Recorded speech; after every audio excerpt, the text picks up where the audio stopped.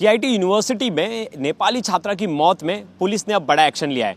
Police ने 5 लोगों को और अरेस्टिंग की है इस केस में।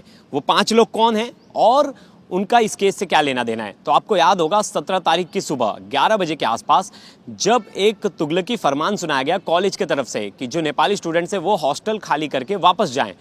अब ऐसे में बहुत सारे स्टूडेंट्स जो जाने के लिए तैयार नहीं थे और वहाँ से निकलने के लिए तैयार नहीं थे, तो ये जो स्टाफ था कॉलेज का, जिन 5 लोगों को अरेस्ट किया गया है, ये 5 लोग कॉलेज स्टूडेंट्स के साथ जो हॉस्टल में रह रहे थे उनके साथ बदतमीजी की, उनके साथ मारपीट की, जिसका वीडियो सोशल मीडिया पे वायरल था। अब इस बीच पुलिस ने जब जांच की और सीसीटीवी फुटेज निकाले तो चिन्हित करके इन 5 लोगों के खिलाफ मुकदमा दर्ज किया। कल कोर्ट में इन्हें पेश किया गया, जहां इन्हें जमानत देने से जज ने इनकार कर दिया और इन्हें जुडिशियल कस्टडी पे भेज दिया। क्योंकि डे 1 से ये बात उठ रही थी कि जब स्टूडेंट्स के साथ इतनी बदतमीजी हुई, इतनी मारपीट हुई, तब जो कॉलेज के फाउंडर हैं अच्युता जी, वो कहाँ इस समय हैं? वो इसमें क्यों कुछ नहीं कह रहे? वो इस पूरे मामले में क्यों गायब है? क्या कोई ऐसी चीज़ है कॉलेज को सिर्फ अपने नाम और फेम का डर है कि वो चला जाएगा? उन्हें बच्चों की कोई फिक्र नहीं थी, जिसको लेके हमारे पास बहुत सारे बच्चों के वीडियोस थे, बहुत सारे बच्चों की बाइट्स थी, जिसमें बच्चे कह रहे थे कि हमें कॉलेज से भगा दिया गया, हम खाए पिए नहीं, हम स्टेशन पे हम कैसे जाएं, हमारे पेरेंट्स को इस बारे में कोई इत्तला नहीं है, उन्हें भी नहीं पता, वो भी परेशान हो रहे हैं। और इस बीच नेपाल और भारत के रिश्तों में भी कहीं ना कहीं खटास आने लगी थी। वहाँ के जो प्राइम मिनिस्टर है उन्होंने कह दिया था कि जो स्टूडेंट्स आना चाहते हैं हम उनके लिए पूरी व्यवस्था करेंगे। वहीं नेपाल के एम्बेसडर खुद यूनिवर्सिटी पहुंचे और वहां के बच्चों का हालचाल जाना, उनसे बात की। इन सब के बीच एक जो नाम था वो गायब था, वो था वहां के फाउंडर का। और फाउंडर जो कहा जाता है कि बड़े ही पावरफुल आदमी है और पहले वो खुद जो कि एक नेता रह चुके, फिर उन्होंने संन्यास ले लिया, अच्युता समांता जो फाउंडर हैं इस कॉलेज के, किट के, यूनिवर्सिटी के।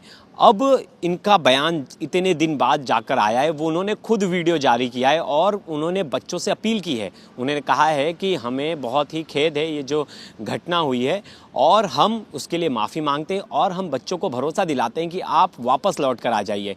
उन्होंने इस वीडियो में क्या कुछ कहा, एक बार सुनते हैं। We all are very sorry and saddened. The unfortunate incident happened on 16th night. उसके लिए हम लोग सब लोग दुखी हैं किट में। मैं पर्सनली दुखी हूँ। जो होना था हो गया, जो एक्शन लेना था हम लोग सबका अगेंस्ट में एक्शन ले लिए, तुम लोग को पता होगा। गवर्नमेंट भी ले चुके हैं। And from that day also your university is running with calm and quiet. Students are attending class and we are very happy. Few students from Nepal, those who are in KIT also, they are also attending the class. So I humbly advise all my lovable Kitians from Nepal, please join your own university KIT and attend the class, and I assure you there will be no harm on anything, be it academics, be it campus placement, or be it discipline or anything. There will be no harm, and I definitely beg apology before the parents of these Nepali students pursuing the education at KIT University, Bhubaneswar, India. Once again, my lovable Kitians, be happy. Please come back soon. We are all interested to see you at KIT University. Thank you very much. आपने देखा कैसे अब वो student से sorry कह रहे हैं, student से माफ़ी मांग रहे हैं। लेकिन ये उस समय जब ये 3 दिन पहले ये पूरी घटना हुई, कॉलेज में जब बच्चे पीटे जा रहे थे, तुगलकी फरमान सुनाए जा रहे थे, टीचर्स स्टूडेंट्स के साथ बदतमीजी कर रहे थे, उसके वीडियो वायरल्स हो रहे थे, तब इनकी आंखें नहीं खुली। ये स्टूडेंट्स के सामने नहीं आए, इन्होंने स्टूडेंट से बात करना समझा।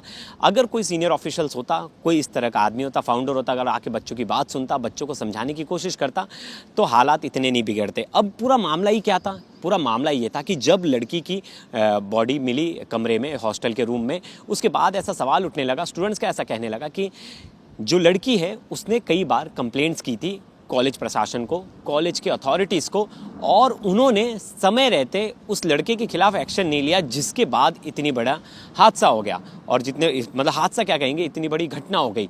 उसके बाद अब जो स्टूडेंट्स का आउटरीच था वो कॉलेज के बाहर प्रोटेस्ट करने लगे थे। देखिए, स्टूडेंट का आउटरीच सिर्फ इसलिए था कि अगर समय रहते, अगर नेपाली स्टूडेंट की जो मौत हुई है, अगर उससे बचाया जा सकता था, अगर उस लड़के के खिलाफ स्ट्रिक्ट एक्शन लेते, तो जो कॉलेज का दायित्व बनता था कि वो जाके स्टूडेंट से बात करे, स्टूडेंट को उनकी बात समझे और उनसे सलाह मशवरा ले कि क्या होना चाहिए था, किन ऑफिसर्स की गलती है, कौन से स्टाफ आपको ऐसा लगता है कि जिन्होंने काम नहीं किया, जिनकी वजह से ये सब कुछ हुआ।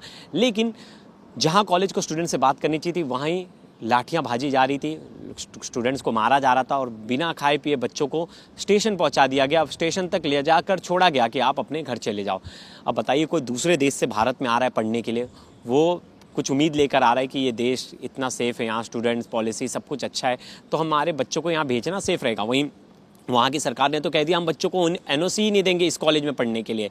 अब जब लगा यूनिवर्सिटी की छवि बहुत ज़्यादा ख़राब हो गई, तब इनके फाउंडर सामने आ रहे और उन्होंने अब कह दिया है कि हम बच्चों को स्कॉलरशिप भी देंगे। क्या स्कॉलरशिप देने भर से वो बच्चों का जो इतना मानसिक उत्पीड़न हुआ है, क्या वो वापस आ जाएगा या उससे वो ये ओवरकम कर पाएंगे? मुझे तो नहीं लगता।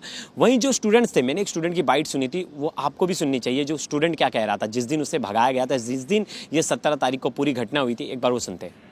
लड़की सुसाइड की थी, उसके लिए हम लोग प्रोटेस्ट कर रहे थे और प्रोटेस्ट को मतलब ना हो प्रोटेस्ट दबाने के लिए। अब दबाने के लिए उनको लोग क्या मन सकते थे हमको नहीं पता, पर हमको जबरदस्ती निकाला गया हॉस्टल से और हॉस्टल से निकाला गया। अभी ट्रेन भी फिक्स नहीं है, ट्रेन कब आएगी कब जाएगी, हमारे पास पैसा भी नहीं है, रात से हम भूखे भी है, अभी तक खाना भी नहीं गया। हम लोग अभी पूरा बेस आ रहा है, हमको अभी हेल्प चाहिए, हेल्प जरूरी रहता है। तो आपने सुना कैसे स्टूडेंट ने कहा कि मुझे जब हम प्रोटेस्ट कर रहे थे तो हमें ज़बरदस्ती भगाया गया। उनका कहना था कि हम कॉलेज के खिलाफ कोई भी प्रोटेस्ट नहीं होने देंगे और उसके खिलाफ अगर कोई कुछ भी कहता है तो हम उसे बर्दाश्त नहीं करेंगे और उसे हम सीधा बाहर कर देंगे। हमने एक मैडम का भी बाइट सुनी थी जो वो कह रही थी कि तुम्हारी जितनी पॉपुलेशन है, तुम्हारी जितनी GDP है, उससे ज़्यादा हम तुम पर खर्च कर देते। अब आने वाले समय में देखना होगा कि पोस्टमार्टम रिपोर्ट कब आती है, क्योंकि पोस्टमार्टम रिपोर्ट में ही सारे खुलासे होंगे, क्योंकि सोशल मीडिया पर तरह तरह के अफवाहें चल रही है। सबसे पहली अफवाह चल रही है कि मर्डर हुआ है, लाइब्रेरी में मर्डर हुआ है। इन अफवाहों से बचना है जब तक पोस्टमार्टम रिपोर्ट नहीं आती। और पोस्टमार्टम रिपोर्ट आएगी, मोबाइल भी पुलिस ने अपने कब्जे में ले लिया, लैपटॉप भी अपने कब्जे में ले लिया और उनसे जानकारी निकाली क्या सच में वो लड़का इस लड़की को बहुत ज़्यादा प्रताड़ित कर रहा था, क्या वही एक रीज़न है जिसकी वजह से लड़की ने अपनी जान ले ली। पूरा मामला क्या है, अब पोस्टमार्टम रिपोर्ट आने के बाद ही इसका खुलासा होगा। तब तक आप क्राइम तक के साथ बने रहिएगा, हर एक अपडेट हम आप तक लेके आएंगे। धन्यवाद। हमारा जो डिपार्टमेंट है OSRTC है, उनको भी डायरेक्शन ऑनरेबल CM सर दिए हैं। जो बच्चे बाहर घूमे हैं, जो बच्चे बाहर रह रहे हैं, उन लोगों को बस से कैंपस तक लाने के लिए और कैंपस में फुल प्रूफ सिक्योरिटी दिया जाएगा, जैसे उनको कोई फिजिकली और मेंटली अब्यूज़ नहीं कर पाएगा। कॉलेज अथॉरिटी के साथ बात हो रहा है, उन लोगों के जो लोग वापस आएंगे उन लोगों के साथ अच्छे बर्ताव करने के लिए, अच्छे बिहेव करने के लिए भी उन लोगों को बोला जा रहा है।